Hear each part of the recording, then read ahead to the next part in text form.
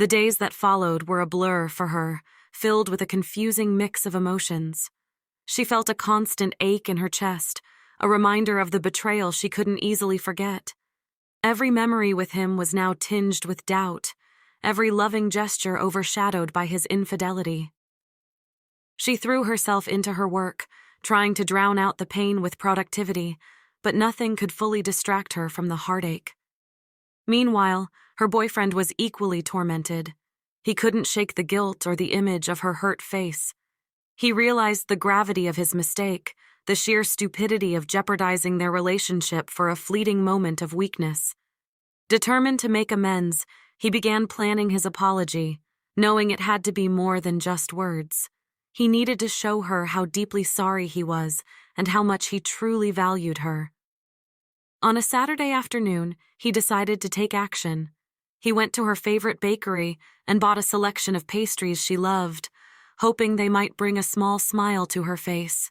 He also picked up a bouquet of her favorite flowers, sunflowers, symbolizing the brightness he wanted to bring back into her life. Standing outside her apartment, he took a deep breath, trying to steady his nerves. He knocked on the door, his heart pounding. When she opened it, the look of surprise on her face was mixed with wariness. She didn't say anything, just stepped aside to let him in. He placed the pastries and flowers on the kitchen table and turned to face her.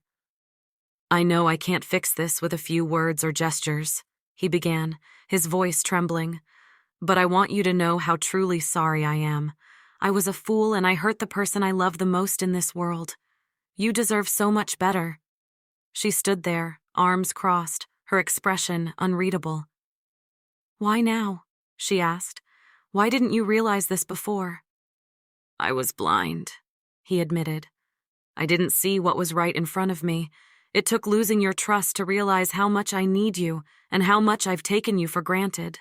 He took a step closer, his eyes pleading. "I know it will take time to rebuild what I broke, but I'm willing to do whatever it takes. I'll go to counseling, I'll change my behavior. I'll prove to you every day that I can be the man you deserve." Her gaze softened slightly, but the hurt was still evident. "Words are easy," she said quietly. "It's actions that count." He nodded, fully understanding the challenge ahead. "I know, and I intend to show you, not just tell you. Please, just give me a chance to make things right." She looked at the flowers and pastries, then back at him. There was a long silence, filled with the weight of unspoken emotions. Finally, she sighed. "I need time," she repeated, but there was a glimmer of hope in her eyes. "But I appreciate the effort." He nodded, feeling a tiny spark of relief. "Take all the time you need. I'll be here, ready to prove myself."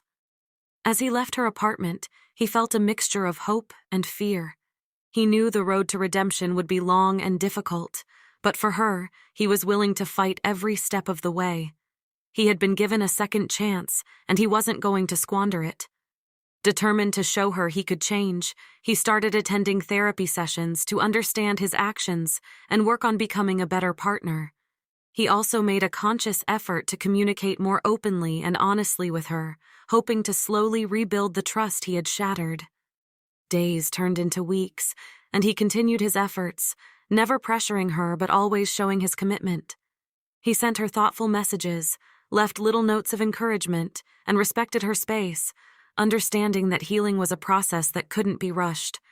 She watched his efforts, her guarded heart slowly beginning to soften. It wasn't an easy journey, and there were moments of doubt and setbacks, but gradually, she started to see the sincerity in his actions and the genuine remorse in his eyes. She began to believe that maybe, just maybe, their love could be rebuilt from the ashes of betrayal.